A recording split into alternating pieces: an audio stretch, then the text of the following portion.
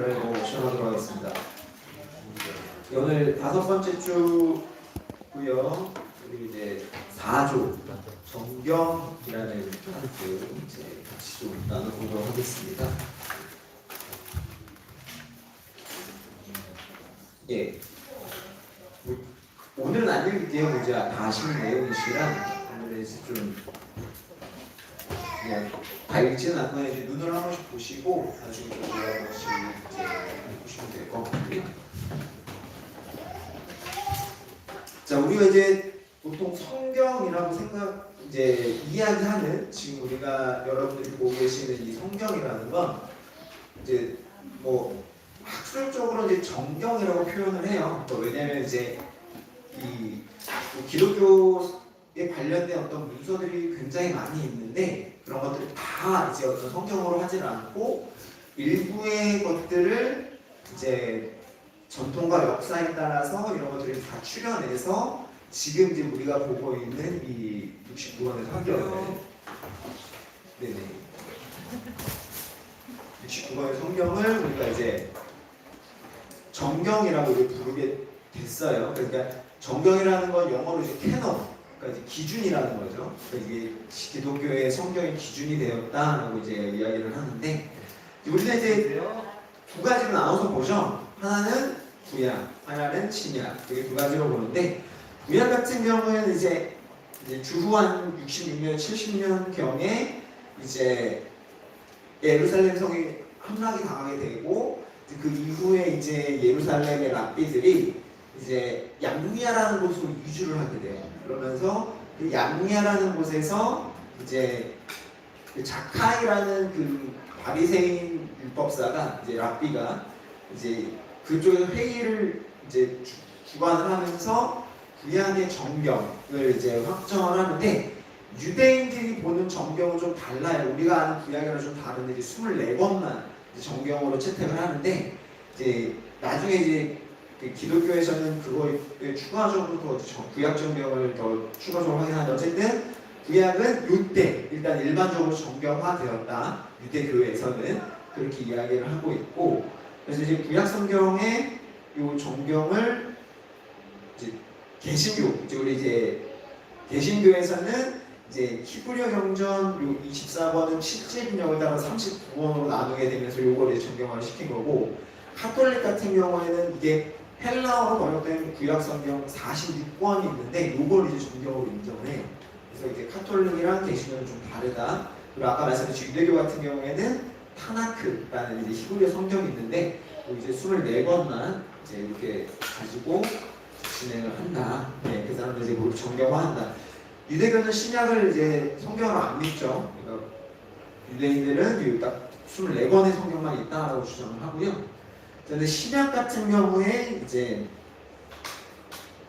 우리가 이제 구약과 신약을 모두 다 믿으니까요. 카톨릭과 개신교는 이 신약의 정경화도 굉장히 중요한 부분인데 신약을 정경화했던 이유는 뭐냐면 일단은 초대교회는 신약 성경 자체가 없었어요. 왜냐면 이제 물론 이제 바울이나 뭐 다른 사도들에 의해서 많이 쓰여진 서신들이 있었지만 이걸 굳이 정경화하지 않았던 가장 큰 이유는 뭐냐면 기본적으로는 주님이 빠르게 다시 오실 거라고 생각했었어요. 네. 그래서 예수님이 빠르게 다시 오실 거라고 생각하니까 굳이 이게 성경이 될 필요가 없었던 거예요. 네. 왜냐면 뭔가 계속 보고 믿고 해야 하는 과정이 있어야 되는데 조만간 주님이 오시겠지라고 생각했기 때문에 굳이 정경화시키지 않았는데 한 100여 년이 지나고 나 보니까 예수님이 다시 오지 않으시는 거예요. 그러면서 사도들의 시대도 끝이 나고 이제 사도들의 가르침도 이제 구전으로만 듣게 되다 보니 어떤 일들이 벌어졌냐면 사도들의 가르침이 아닌 왜곡되어진 문서들이 자꾸만 나오는 거예요. 그런 가르침들, 흔히 이단들이나 뭐 이런 외경들이나 위경, 그러니까 거짓된 문서들 이런 것들이 끊임없이 나오면서 이제 결국은 하나님의 말씀, 예수님의 말씀과 사도들의 말씀들을 정립할 필요가 있겠다라고 해서 이제 이 신약 27권에 대한 목록을 아타나시우스라는 이제 교부가 이제 이거를 교회 감독이 제공을 하게 되고 이것에 대해서 이제 계속적으로 이제 그 종교 회의들이 이제 있으면서 뭐 어거스틴이 주최했던 뭐 종교회의도 있었고 뭐 여러 가지 종교회의를 거치면서 이제 419년 정도에 되는 그 회의에서 이게 이제 정경화가 되었다.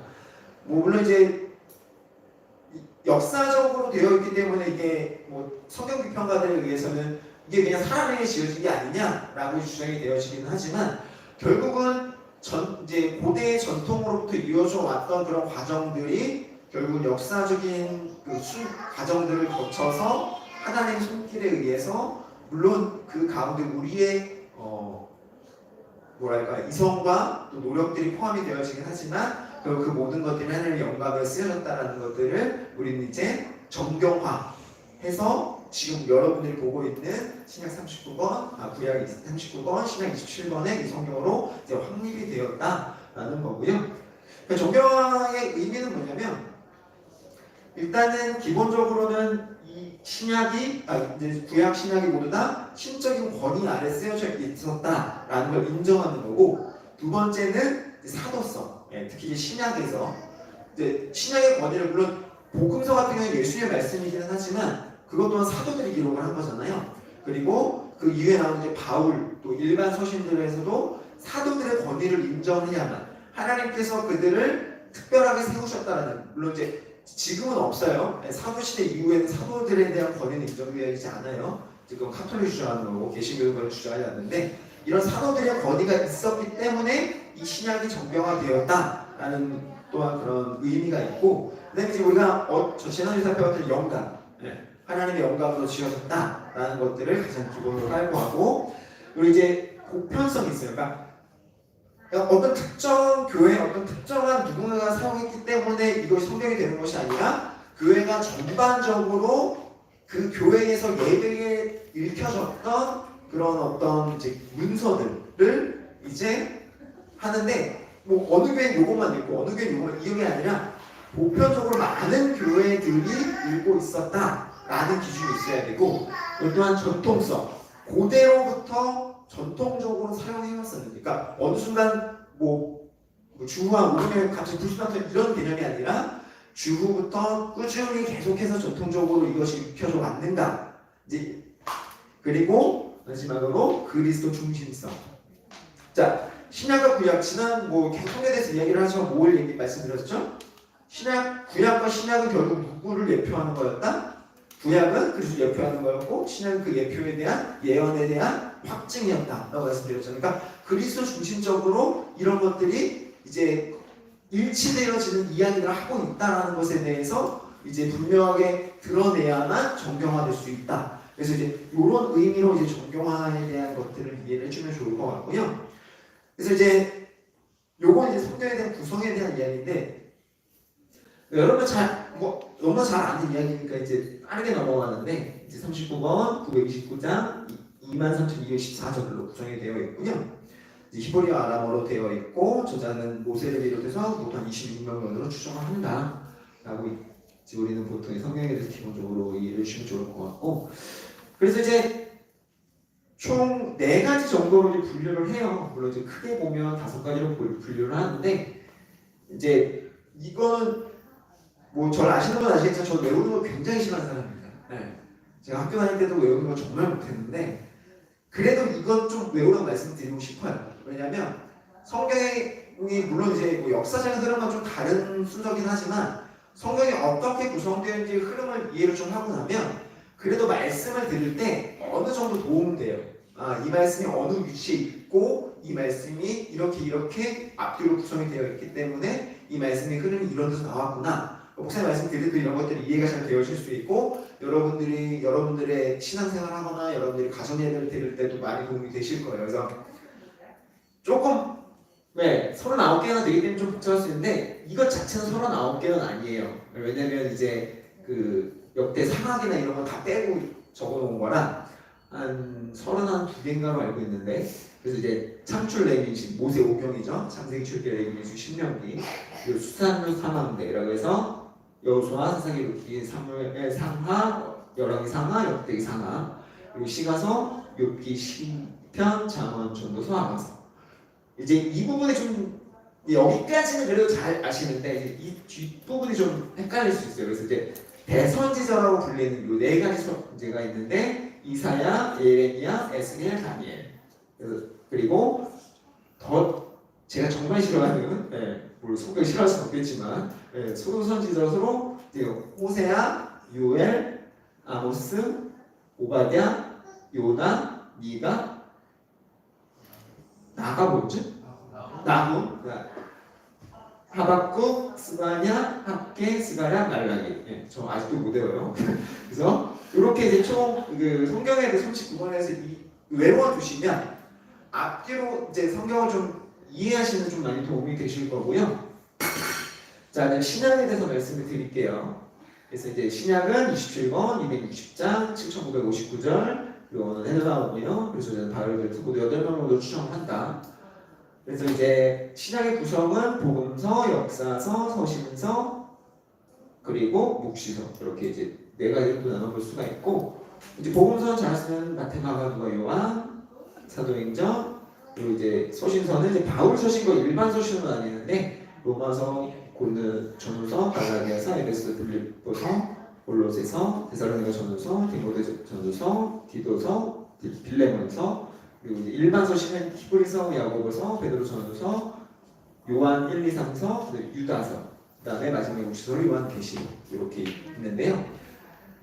요거를 좀 이제 외우기 좀 쉽게 이제 좀 이렇게 저도 이제 생각을 해봤었는데 우리가 이제 여러 가지 외우는 방법이 있지만 외우는 방법 중에 음률을 넣으면 조금 더 외우기가 쉬워요. 특히 이제 요즘은 힙합을 랩처럼 이렇게 외우면 되게 외우기가 쉬운데 이제 구약 같은 경우에 여기 제가 일부러 이걸 다 잘라서 쓴 이유가 자, 창출, 맹신, 수산lut, 사망대 이렇게 하면 이게 리듬이 생기잖아요. 그래서 여기 리듬을 갖고 창출, 맹신, 수산lut, 사망대, 욥신, 잠전아까지 끊으면 이게 외우기 쉬우실 거예요. 그리고 사렘겔단까지는 이제 4글자에 자르고 소선지서는 총 12개거든요. 그래서 요거를 3개씩 넣어주시면 돼요. 포요라, 오병미, 나학습, 학습말 이렇게 하면은 조금 외우기 편해요. 그리고 신약은 조금 더 쉬워요. 신약은 조금 더 편한 이제 이 리듬감을 타기가 좋은데 좀 더 랩 같아요. 그래서 이걸 좀 해보면 이제 마감유교, 행록, 고가레필, 골살, 딘딘못, 희약된요, 유계 이렇게 외우면 좀 이게 이상하죠? 좀 이상한데 그냥 외우기 편하게 하는 거예요. 그냥 이게 이렇게 외우면 그냥 이런 흐름이 있구나라는 걸 이해해 주시면 돼요. 그래서 이제 그냥 이제 랩처럼 그냥 그렇게 이해를 해주시면 되고 뭐 이거는 그냥 집에 가셔서 유튜브 보시면서 하세요. 굳이 따라오고 하지 않을 테니까 저도 쪽팔리니까. 자, 그래서 어쨌든 뭐 이렇게 이제 성경 구성되어 있다. 그래서 자, 성경은 왜 구약 성경뿐만이 아니라 성경은 왜 더 추가되지 않는가? 뭐 이제 이거는 뭐 여러 가지 견해가 있지만 저는 이렇게 생각을 해요. 그래서 역사적인 과정을 거쳐서 이제 성경이 완성이 되었던 부분이 있고 그리고 이제 현재의 성경은 여러 말씀을 통해 기독교의 복음에 대한 완전한 이치를 보여준다. 이제 왜냐면 이제 이게 저희가 이제 다음 주 그 다음 주 이제 외경에 대해서 배울 거거든요. 이제 성경에 왜 권위가 있고 또 외경이 어떤 게 있는지에 대해서 배울 건데 왜 외경은 정교화되지 못했는가에 대한 이야기를 할 때 좀 더 구체적으로 말씀드릴 수 있을 것 같고요.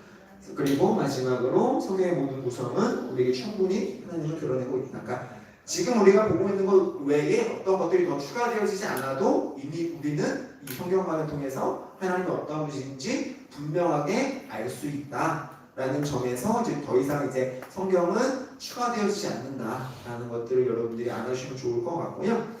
그래서 마지막으로 드리고 싶은 말씀은 우리를 통해 성경을 완성하신 은혜에 감사하며 여러분들이 성경을 좀 더 친숙하게 물론 친숙해질 수는 없겠지만 좀 더 친숙하게 다가가셨으면 좋겠다라고 말씀을 드리고 싶고요. 그래서 좀 더 공부하시기를 바라겠습니다. 수고하셨습니다. 네.